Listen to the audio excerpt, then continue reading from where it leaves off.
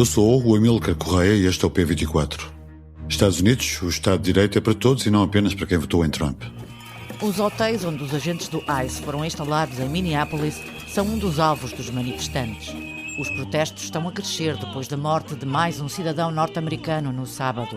Renee Good e Alex Pretty foram abatidos por agentes do ICE, a polícia que combate a imigração ilegal e que ocupou o estado de Minnesota, nos Estados Unidos. A primeira foi abatida por agentes que alegaram terem sido vítimas de atropelamento e o segundo, um enfermeiro dos cuidados intensivos de um hospital de veteranos, foi morto em suposta legítima defesa. A administração de Donald Trump foi rápida a classificar Renee Good e Alex Pretty como terroristas domésticos, mas os vários vídeos em circulação e o trabalho dos mídias desmentem estas acusações. Não é por acaso que isto acontece no Minnesota, que tem sido destino de refugiados desde a Segunda Guerra Mundial, sobretudo a partir da década de 70, quando acolheu milhares de vietnamitas do Sul. Minneapolis não é das cidades dos Estados Unidos da América com mais imigrantes, mas foi aqui que George Floyd foi asfixiado até à morte por um polícia, dando origem ao movimento Black Lives Matter, e este é o estado governado por Tim Walz, o candidato democrata à vice-presidência nas últimas eleições presidenciais. So my question is, what's the plan, Donald Trump? What is the plan? É sobre tudo isto que iremos conversar com a convidada deste episódio, Daniela Melo, cientista política e professora da Universidade de Boston, nos Estados Unidos. Daniela Melo fala na militarização das forças de segurança e diz que o Estado de Direito é para todos e não apenas para quem votou em Donald Trump. Bem-vindos ao P24, o seu dia começa aqui. Daniela Melo, obrigado por ter vindo a este P24 para falarmos sobre os Estados Unidos e Minnesota em particular. Alex Pretty é a última das vítimas do ICE, era um enfermeiro do hospital de veteranos, provavelmente foi o americano errado executado pelo ICE porque vai provocar e já está a provocar uma onda de comoção. Finalmente acusado de terrorismo doméstico, os vídeos desmentem a teoria da Casa Branca.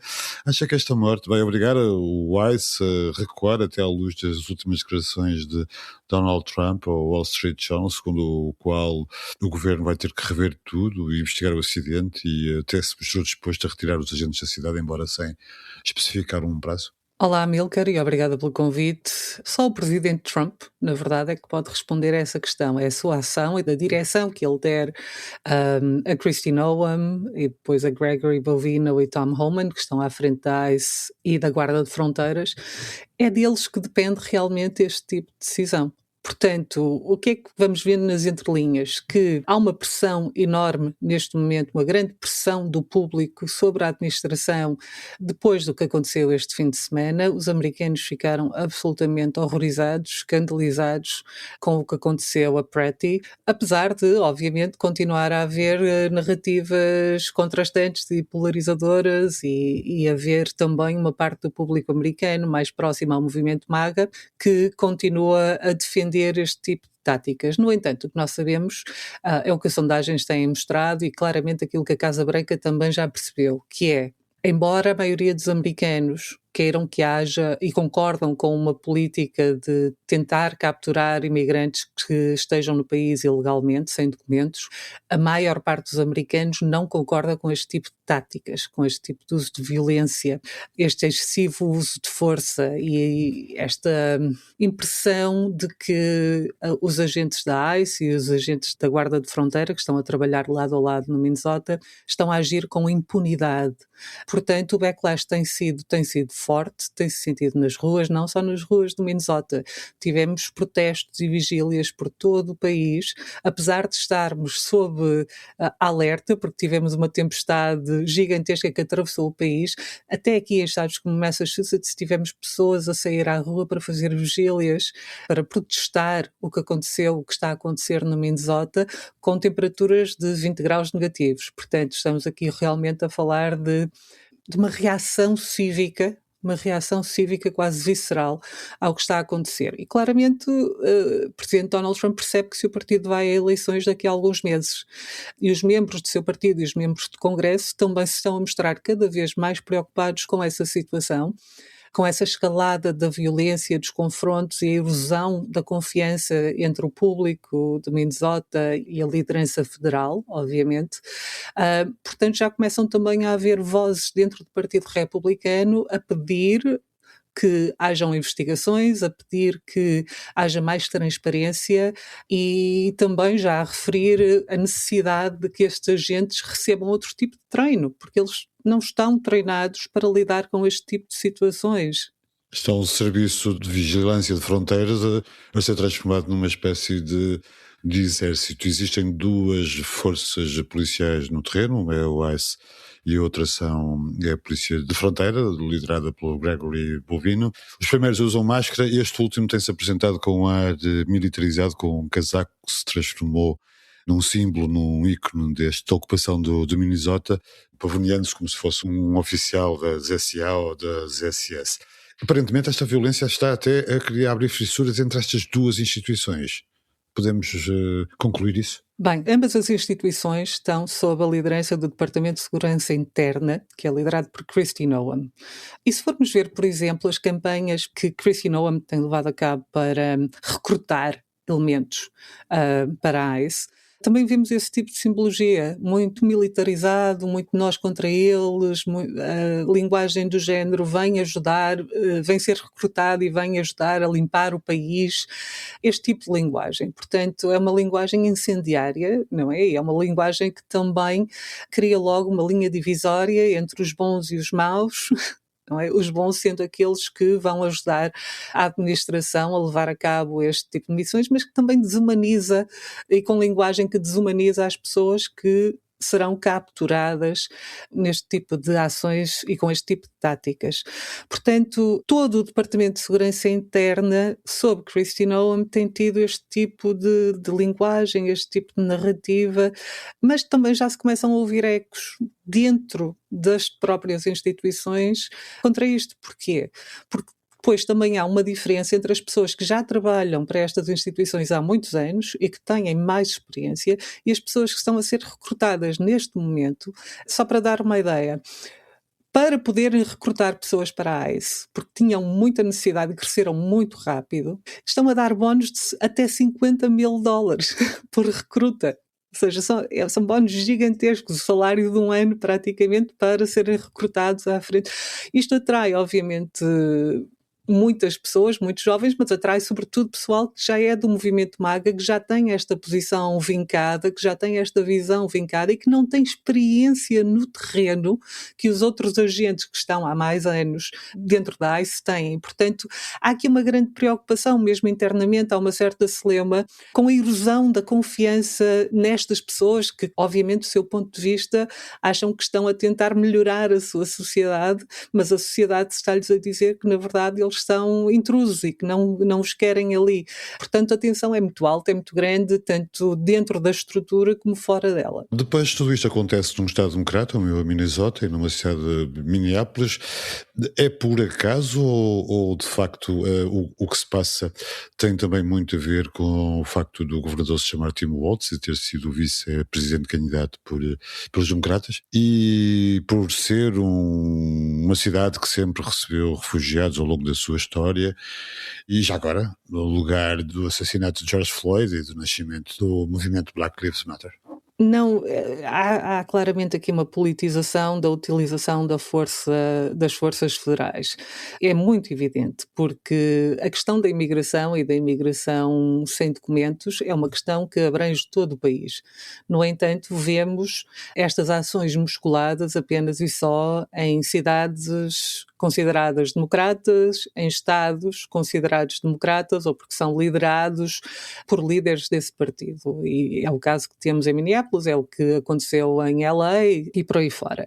No entanto, se formos a ver percentagens de indocumentados em estados democratas ou em estados republicanos, percebemos que há estados republicanos que têm taxas muito mais altas de imigrantes indocumentados, penso no Texas, na Flórida, e que não veem este tipo de militarização e de linguagem e de polarização do diálogo, enfim, entre a administração e os líderes desses estados.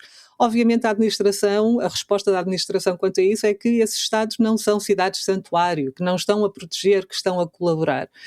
Isso é uma meia-verdade, porque até a cidade-santuário, até os estados que o presidente chama de cidade-santuário, Há colaboração, por exemplo, se houver um imigrante indocumentado que esteja numa prisão em Massachusetts, esse imigrante indocumentado pode ser passado para as autoridades da ICE. Portanto, isso sempre foi verdade.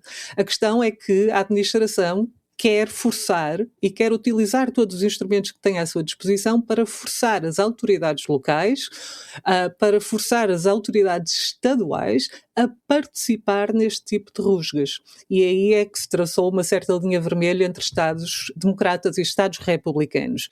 Há aqui uma politização, sem dúvida alguma. A politização também se vê, por exemplo, na colaboração do Departamento de Justiça, que é liderado por Pam Bondi, e que tem a colaboração de Pam Bondi chega aqui com vários níveis. Por um lado, Pam Bondi está a processar o Minnesota e mais 22 estados, todos eles democratas, para poder ter acesso às listas de eleitores nesses estados, com a desculpa de que é preciso fazer, enfim, uma limpeza dessas listas. Exatamente. E liga isso à questão da imigração também, não é? Tanto que uma das notícias que saiu este fim de semana e que também escandalizou muitos americanos foi uma suposta mensagem enviada pelo Departamento de Justiça a Tim Walz a dizer que, basicamente, se nos deres as listas, nós pensamos em retirar o ICE. Ou seja, há aqui uma coordenação entre as várias agências da administração para tentar pressionar estes líderes a fazer algo que não conseguiram através dos tribunais. Ou seja, a única decisão que saiu já nestes processos do Departamento de Justiça contra os Estados pelas listas dos eleitores foi a da Califórnia, onde o Tribunal considerou absolutamente inconstitucional fazer este tipo de exigência aos Estados. Portanto, é claro, é transparente que há aqui uma politização da utilização da força e da utilização destes mecanismos coercivos pelas autoridades federais para tentarem atingir os seus objetivos, tanto em termos de números de pessoas apreendidas, como em termos políticos, ou seja, isto é político. Daniela, e o Tim Walz pode ser o próximo alvo a perseguir por parte do Departamento de Justiça, até a propósito da fraude praticada pela comunidade somali nos fundos do Estado de Minnesota? Já está a ser, ou seja, ele já, em inglês dizemos que he was served, ou seja, já recebeu, já foi notificado que está a ser investigado, supostamente por participação de alguma forma nesse tipo de fraude, apesar de, francamente, ainda não haver, pelo menos a público, evidência alguma de que haja uma participação direta nesse esquema de fraude que realmente existiu e que realmente os tribunais já estavam a lidar com isso, ou seja, já houve vários casos que já foram a tribunal, essas pessoas já, enfim, foram dadas como culpadas e já estão a pagar o que a justiça decidiu. No entanto, há aqui uma politização dessa questão, aí está, da comunidade somali, da suposta fraude por membros de uma comunidade étnica que Donald Trump basicamente disse que é indesejável nos Estados Unidos. Disse que era lixo, basicamente.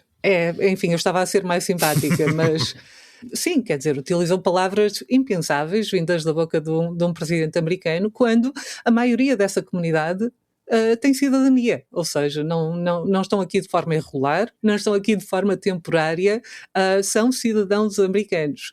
Portanto, o Presidente, quando se refere a uma comunidade como sendo lixo, e depois utiliza isso para justificar estas ingerências na cidade, em cidades como Minneapolis, temos aqui um barril de pólvora, não é, que eventualmente iria rebentar, e acho que estamos a começar a ver as consequências de tudo isso. Daniela, para acabar, os democratas parecem ter percebido que esse barril de pólvora existe e que se chegou a um ponto que é absolutamente insuportável e, portanto, ameaçam bloquear fundos, provocar um novo shutdown para travar os serviços de imigração. Chegamos a um ponto de não retorno que vai obrigar os democratas a serem mais agressivos, mais acutilantes na oposição que fazem à administração Trump?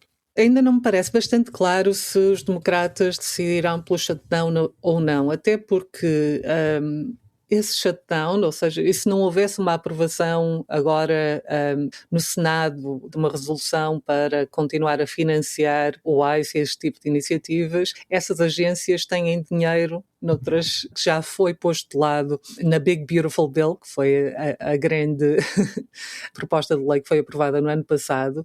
Eles já têm esses fundos, portanto isso não travaria as ações do ICE. O que há, obviamente, do público que vota à esquerda é uma vontade enorme que os seus líderes políticos se manifestem e que façam frente a este tipo de ingerências, a este tipo de impunidade. A questão do facto do Departamento de Justiça se recusar a fazer investigações a este tipo de incidentes é incrível. Portanto, os líderes democratas têm aqui uma oportunidade que poderá passar ou não pelo shutdown, mas têm uma grande oportunidade para também poderem salientar a impunidade com que a administração Trump está a agir nas ruas.